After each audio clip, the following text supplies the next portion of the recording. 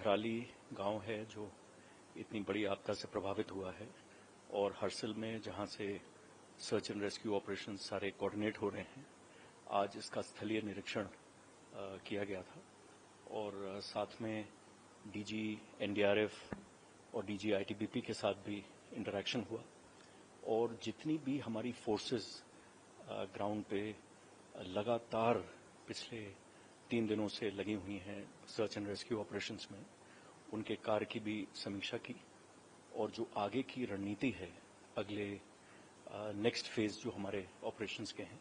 उनके बारे में भी डिटेल में एक योजना बनाई गई है। मौके पे जो स्थिति है, जो बचाव कार्य चल रहा है और जो एनडीआरएफ की, एसडीआरएफ की, आर्मी की जो टीम्स लगी हुई हैं, उनसे भी इंटरेक्शन किया गया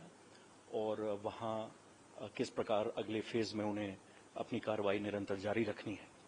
ये एक बहुत ही चुनौतीपूर्ण ऑपरेशन है। आज वायुसेना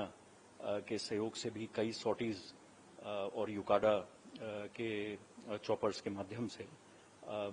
मी-17 और चिनूक की भी कई सॉर्टीज हुई। कई बहुत ही आवश्यक मटेरियल्स और सप्लाईज वो भी ट्रांसपोर्ट हो गए हैं ग्राउंड जीरो तक और बहुत सारे जो हमारे फंसे हुए यात्री हैं उनको निकाला जा चुका है और अब बहुत ही कम संख्या बाकी बचती है। एक बहुत ही हरक्यूलियन एफर्ट है पिछले 3 दिन में और पूरी जो राज्य की प्रशासन की, शासन की जो मशीनरी है, वो एक वॉर फुटिंग पे उसने काम किया है और लगातार कर रहे हैं। चाहे वो कनेक्टिविटी रिस्टोर करने की बात हो, चाहे वो रोड से जो नेटवर्क है जहां जहां बीच में उसको ध्वस्त हुआ है उसको ठीक करने की बात है, सप्लाईज की बात है। तो एक तरह से एकजुट होकर पूरी जो मशीनरी है उत्तराखंड शासन की, वो बहुत ही फुल स्विंग में इस समय रेस्क्यू ऑपरेशंस में लगे हैं। सर, सबसे बड़ी चुनौती नेटवर्क की थी, आज इसको भी बहाल कर दिया गया। किस तरीके से देखते हैं सर, नेटवर्क एक बहुत बड़ी चुनौती है? जी, ये बहुत एक मेजर एक आज का अचीवमेंट है, एक उपलब्धि है, क्योंकि